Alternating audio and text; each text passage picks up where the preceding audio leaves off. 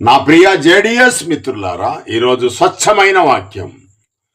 స్తోత్రార్హుడు యేసా యెహోవానా తేల్చుకుందాం. ఈ రోజున 40 సంవత్సరాల నుండి సేవ చేస్తున్న ఒక దుర్బోధకుడు, ఒక అజ్ఞాని యేసుని స్తోత్రార్హుడు అంటున్నాడు.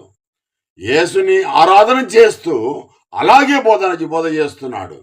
ఒరే అజ్ఞాని, వాక్యాన్ని సరిగ్గా విభజించరా. యేసు ఒక మనిషి, దావీదు వంశంలో పుట్టాడు. అతన్ని చంపారు యూదులు కక్ష కట్టి.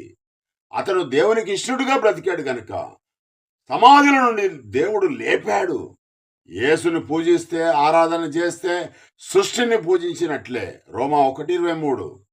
నిరంతరం దేవుడైన యెహోవా స్తోత్రార్హుడు, యేసు కాదు.